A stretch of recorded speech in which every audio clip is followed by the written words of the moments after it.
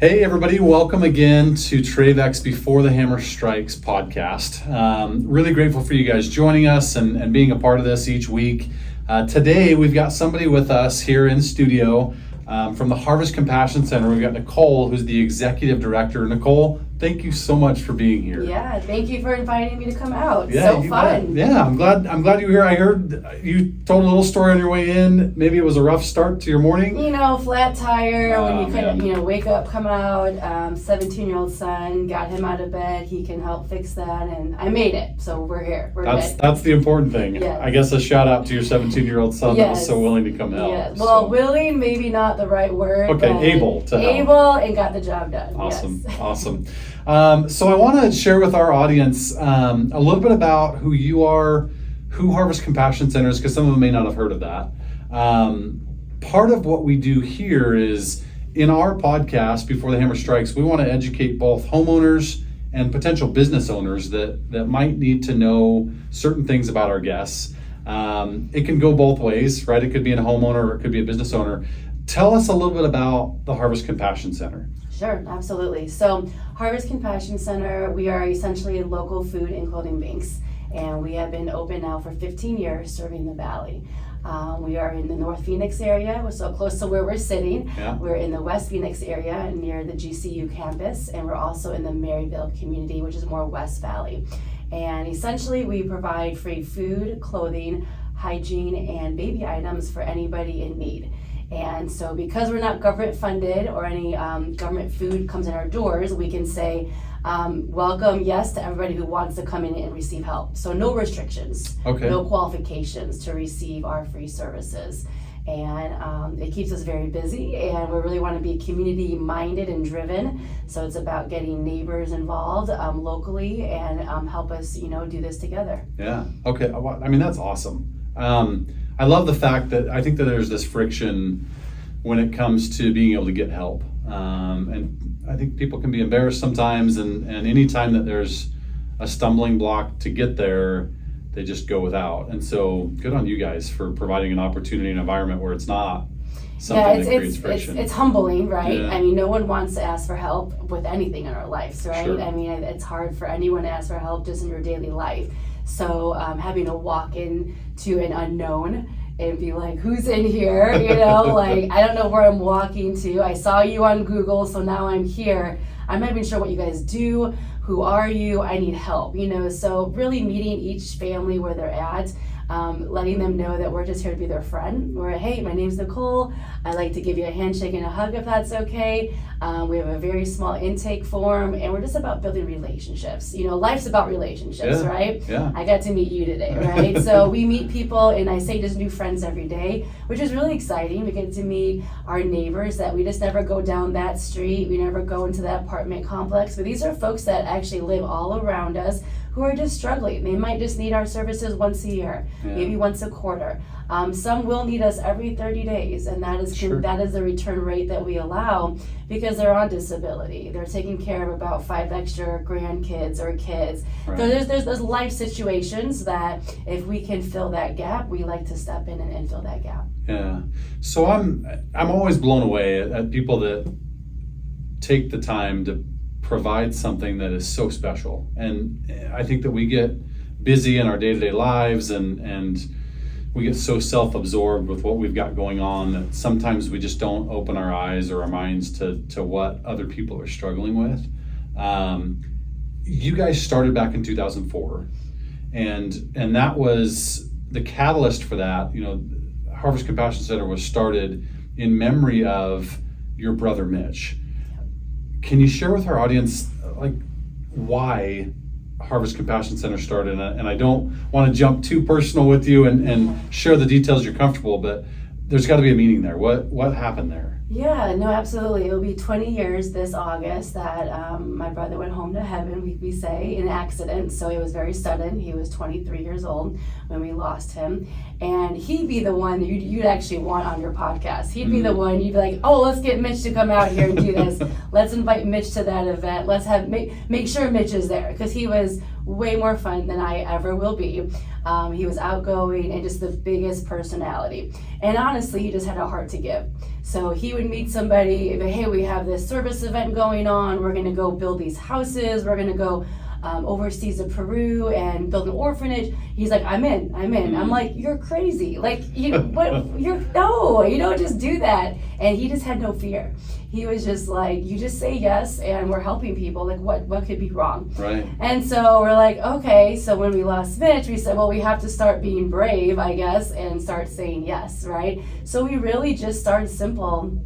It was honestly weeks after my brother's funeral. My dad was the catalyst. He's like, we're going to do something to just carry on his legacy. And we didn't know what that would look like, but we actually have building in common. We're builders by my generations before me. Okay. Acoustical ceilings and drywall, so I do know a lot about that industry. My brother had gone right into building after high school, so he was a builder. So it just made sense to use our talents and help others using the construction field. Sure. So we are from Chicago, so we did a lot of building rehabs, women's shelters, children's homes, some soup kitchens that needed to physically be rebuilt because they were being condemned. A lot of nonprofits or ministries or organizations, they do really good mission work, but they're not solid on the fundraising or the upkeep of what's going on, right? Because all that costs a lot of money, of course, right? Yeah. So it's hard to have that balance. So we would come in those first couple of years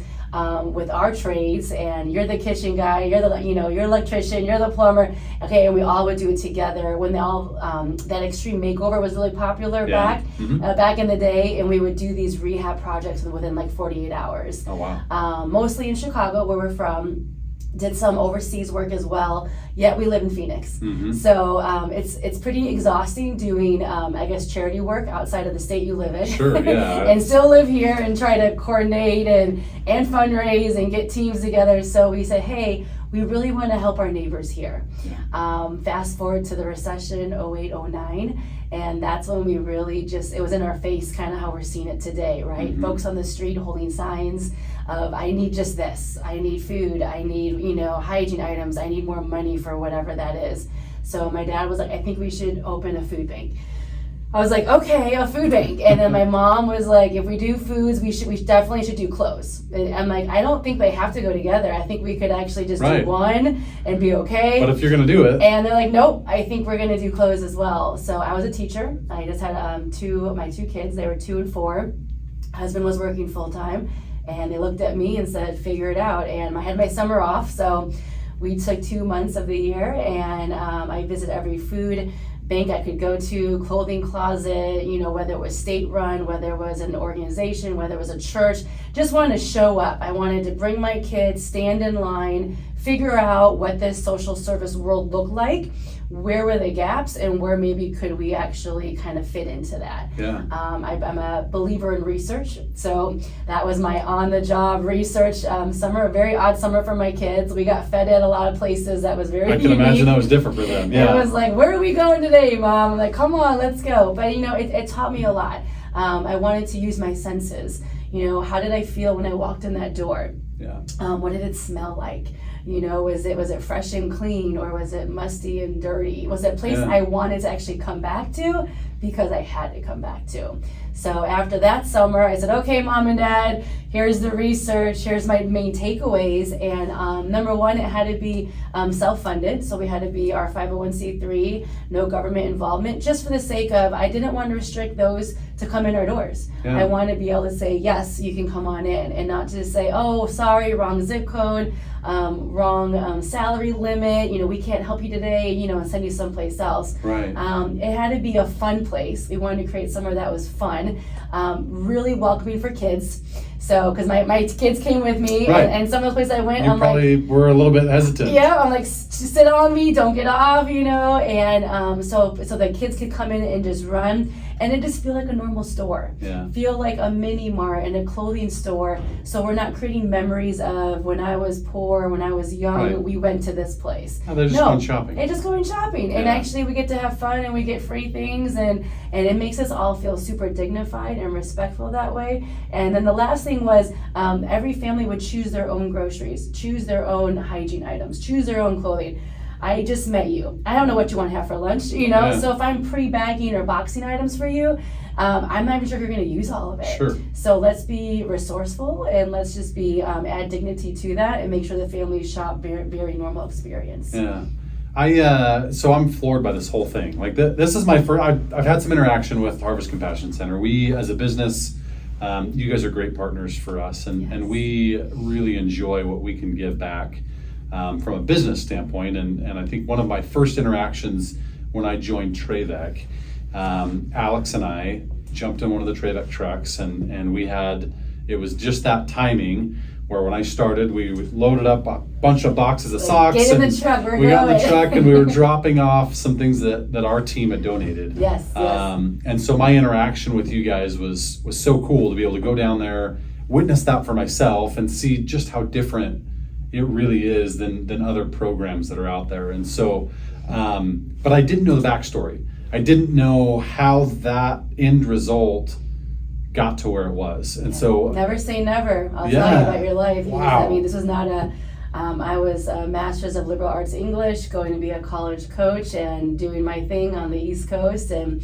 God brought us back together to Phoenix, the desert, literally. Yeah. And now we get to help people every day. So, yeah. I want to touch on one thing that it's been on my mind lately. You know, as a leader in business, I always look for people that have a mindset that are doers, and that we can attract players to our team and attract talent. I'm sure some of our audience are looking for what that mentality looks like. If you guys want to know what that mentality looks like, it's sitting right in front of you.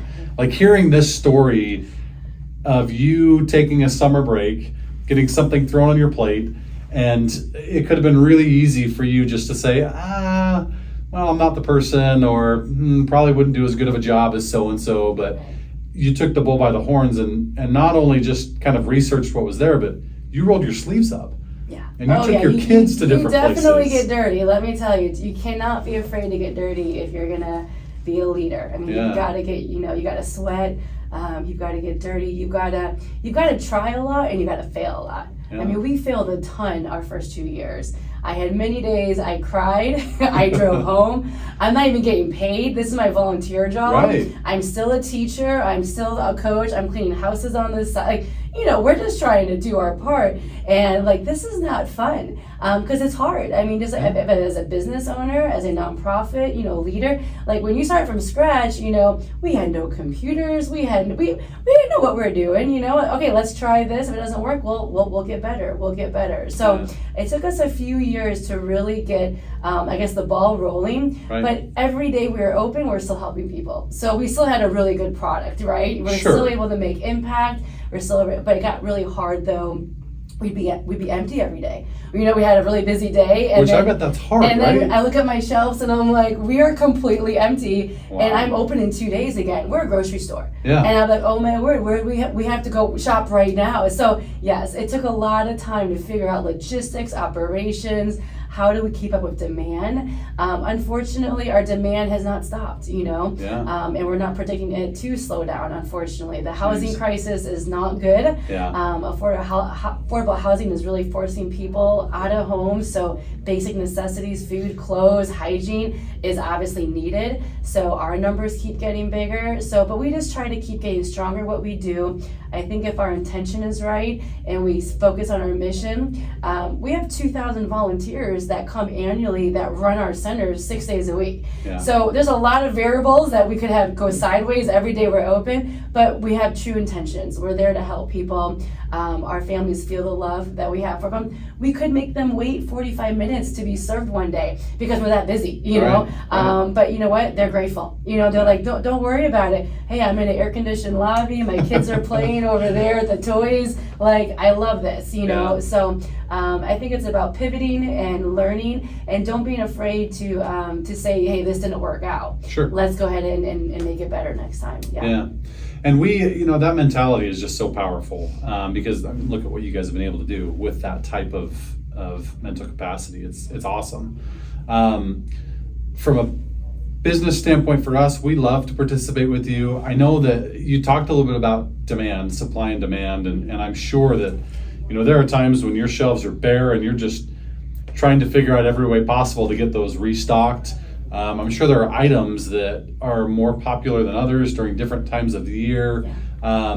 I know that right now you guys have a sneaker drive going on. Yes. And it's coming to a close, but I think that there's always a need for that in these ongoing months with kids starting school. Share with the audience what that is and what do you guys need right now? Yeah, absolutely. So summertime is our summer sneaker drive, and even though school's starting in about next 2 weeks or so, we always need gym shoes year round. So I would really encourage folks to donate brand new gym shoes. And if I can plug in here, boys sizes 4 and up. We just got a lot more girls donated this year, and our boys are just really kind of like suffering right now. So we really want boys gym shoes. Jeans is another item. I know it's hot out right now, 115 maybe in August. People aren't thinking about jeans. But people aren't thinking about that, but a lot of our families, they work outside. They have to be fully covered, protection from the sun. Yeah. So we take year-round seasonal clothing. So your winter stuff, we do want it in July, in August and September. So year-round season and all sizes for us to be donated to. So yes, gym shoes and jeans are our top 2 clothing items. And then for food items, cereal, I think because it costs a little bit more, right, than maybe like a $1 item. Right. So cereal is also an item that we're always trying to have on our shelves. And then all of your canned proteins. So canned chicken and beef and tuna, super important right now. And then obviously your fruits and vegetables, super important. I will say no more green beans. For some reason, I just think the world doesn't love green beans. Yeah, maybe so. So peas and carrots and corn, oh my word, please, absolutely. But they just don't love the green beans. So you always have a lot of extra green beans. And your canned fruit, who doesn't want to get, just a lot of fruits, and especially during the warmer months right now. Hygiene is super important too. Every person that comes in takes a shampoo, a conditioner, a toothpaste, a toothbrush, a lotion, things like chapstick we don't think about, right? SPF in the summertime. These are things we want to put on every day, but some of our families, they're luxury items. They cost too much to actually purchase those items. Feminine hygiene products, toilet paper, really simple items that we just kind of pick up, put in our cart, don't think twice about it. Our families are deciding, where do I get toothpaste or toilet paper, right now. So any of those main items that you're using every day, I say in your home, those are the things that we're going to need every day at Harvest. And individuals can contribute. They can donate items, they can stop by.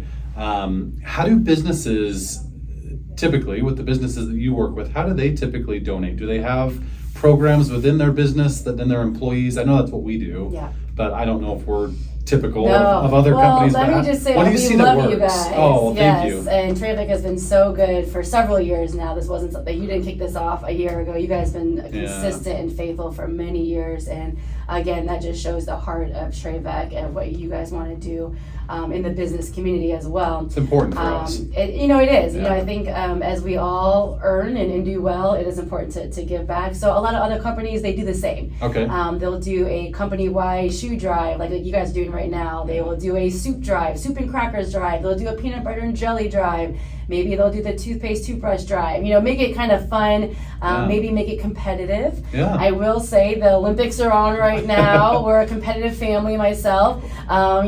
Set your team up into 2 teams and who can bring the most, peanut butter in versus jelly. Just have fun with it. I think if you have fun, it helps you as an employee, but also maybe get your family involved. So, go beyond the co-worker, but let the families get involved.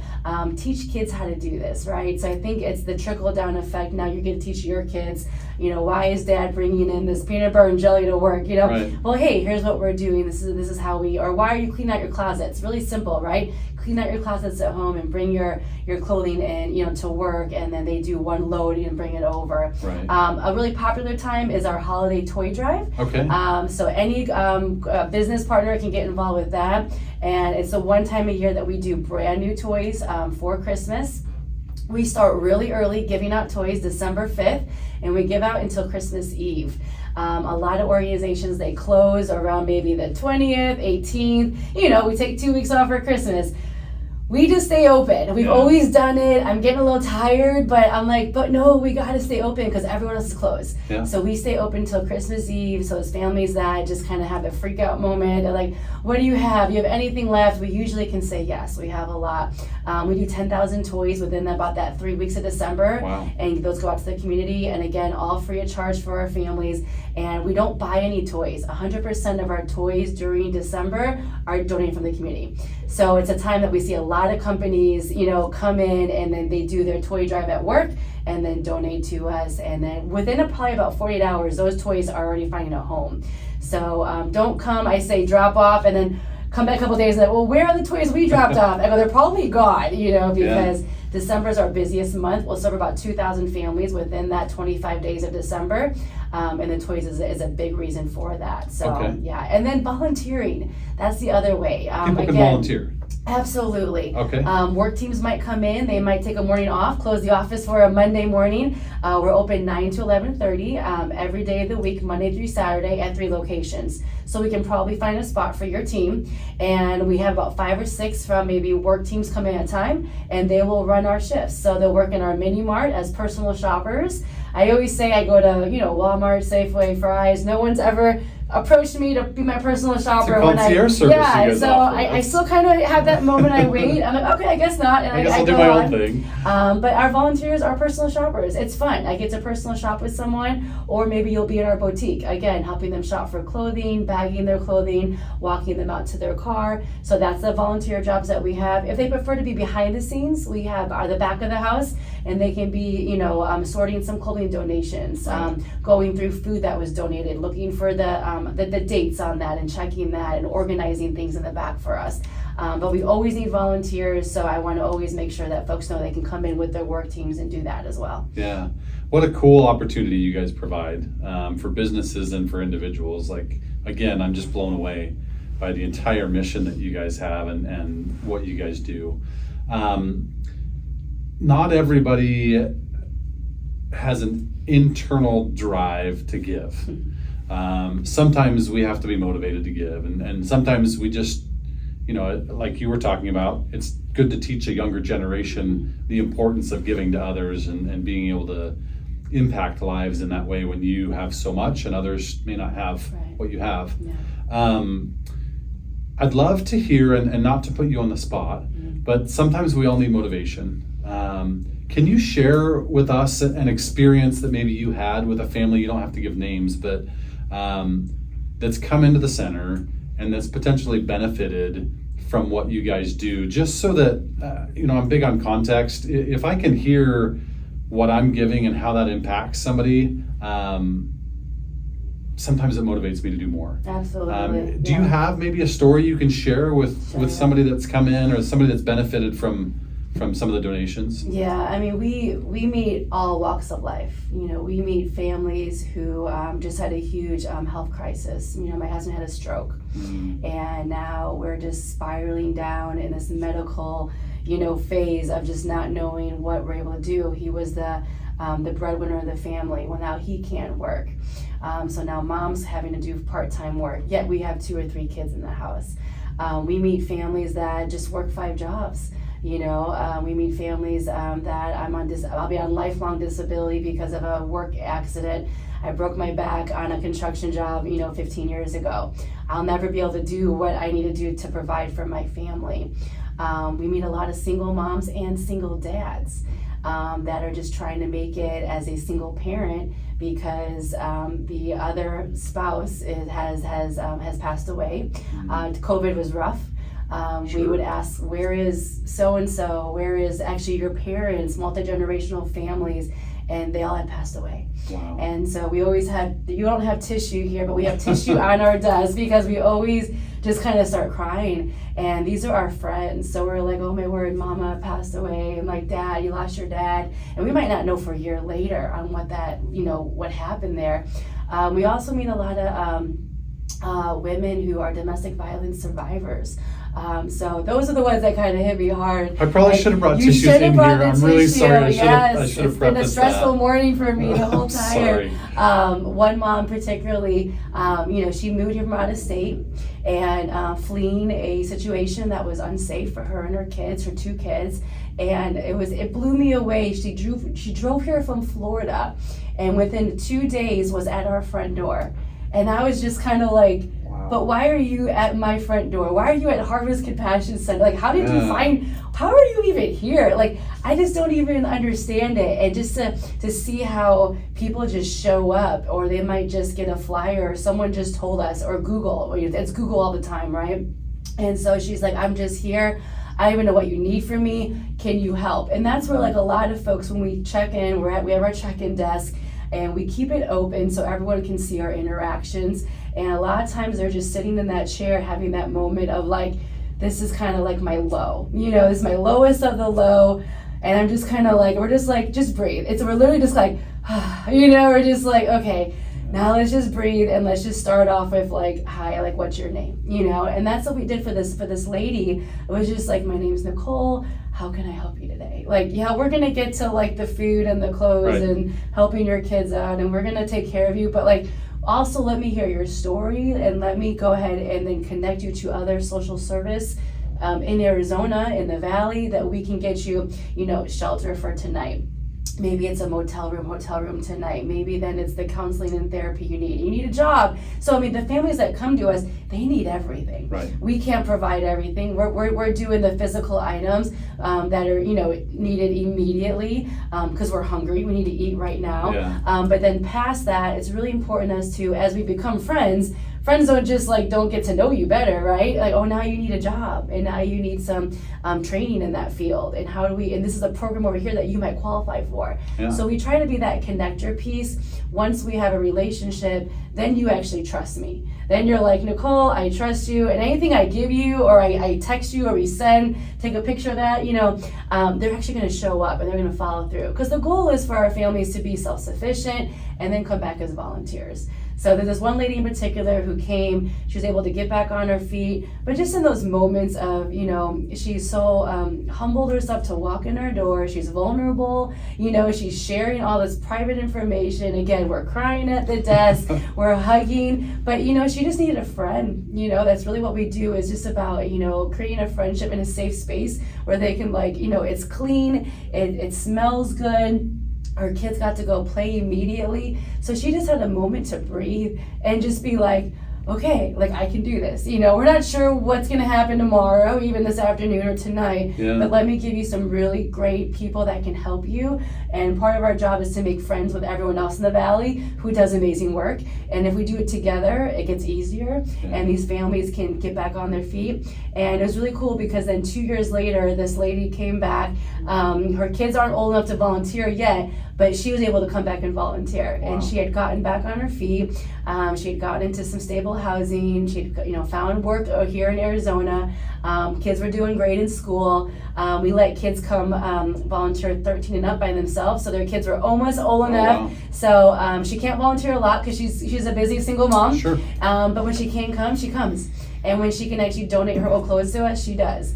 And we get that a lot. We get a lot of folks that just will come to our drive-through. They're unloading their clothing out of their car. We'll take it from them, and we have a little sign-in sheet. We want them to leave their name and address. We want to thank them, first of all. We want to send you a card and say thank you. It means a lot.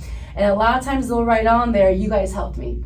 And they might even give us like $5 or a $10 bill. Or they'll just kind of peek their head in, and they'll be like, here, take this. And my computer lead's like, I don't know, she just gave me $10. What do I do with it? I go, it was probably someone that we helped before. Yeah. And now they're paying it forward. So we encounter that daily. We know that what we do is meaningful, it's impactful, and it's really about then paying it forward, right? These guys are getting back on their feet. Now they're able to come and help us continue what we're doing in Harvest. Yeah.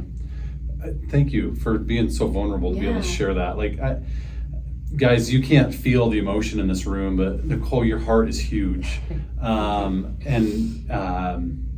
Just hearing the different experiences that you come across every day, I can imagine that that's such a fulfilling thing. but we can all do that. And so I appreciate you being willing to share just a couple of examples. I think that oftentimes we think there's this stigma around those that need help. But the reality is it's just something's happened. Yeah. And Yeah. there's something in life that, you mentioned somebody who may have fallen at work, or who lost a spouse, or the breadwinner had, health issues. Domestic abuse happens everywhere. Yeah. And it's not something that people can control. And so I think understanding that and looking at it through the context of we are just one life experience away Yeah, from absolutely. needing help. Yeah. And if we're in a position in our life currently where we can be the person that gives that help, there's organizations that exist like you, Yeah. that if we do go through a life experience where we need it, now you exist. Right. Yeah. So thank you again for being a part of this and being on our show and just sharing your story and your message with our audience. Guys, I can't stress enough what an awesome organization this is. And we at TraVek, some of you know that we are big into the community, and we have accreditations and we've won awards. And I would venture to say that there's nothing that brings more joy to me and to our company than working with people like Harvest Compassion Center. We could throw the awards in the garbage. We could throw the accreditations away. But Dust them off once in a while. every once in a while, Yeah. but I just mean the connection that we get with the community and that we feel from our relationship with you is really powerful for us. So thank you for being willing to come in and share. And Absolutely. if somebody wants to participate in what you have going on, is there somewhere that we can send them or we can tell them to go to start that relationship? Absolutely. So our website's the best spot, harvestcompassioncenter.org. Yes, and you can use Google and always put Harvest Compassion Center in there, and you'll find all of our 3 business pages that pop up. There's a volunteer tab on the homepage, and there's also a donate tab. I do have to plug to donate, money to us as well, because we do self-fund and we fundraise to keep our doors open. So any monetary gifts are always welcome as well. We have a Feed One partnership program, and it's about neighbors feeding neighbors. So for $28 a month, you can become a Feed One partner, and basically you're providing that shopping experience for one family every single month that they come in. So definitely check that out when you guys go on our website as well. That's amazing. Yeah. All right, guys, so you know where to find Nicolee and her team, whether it's rolling your sleeves up and volunteering, or you want to donate monetarily, or you want to start a program within your business where you can compete a little bit and you guys can do some drives and provide some much needed items for people. Please visit their website and make an effort to do that. Thank you again for joining us. Thank you again for being here. Thank you for having me. Yeah, So fun. absolutely. Beautiful space. I love it. Yeah, thank you for being here, and we'll see you guys again next time before the hammer strikes at our next week's episode.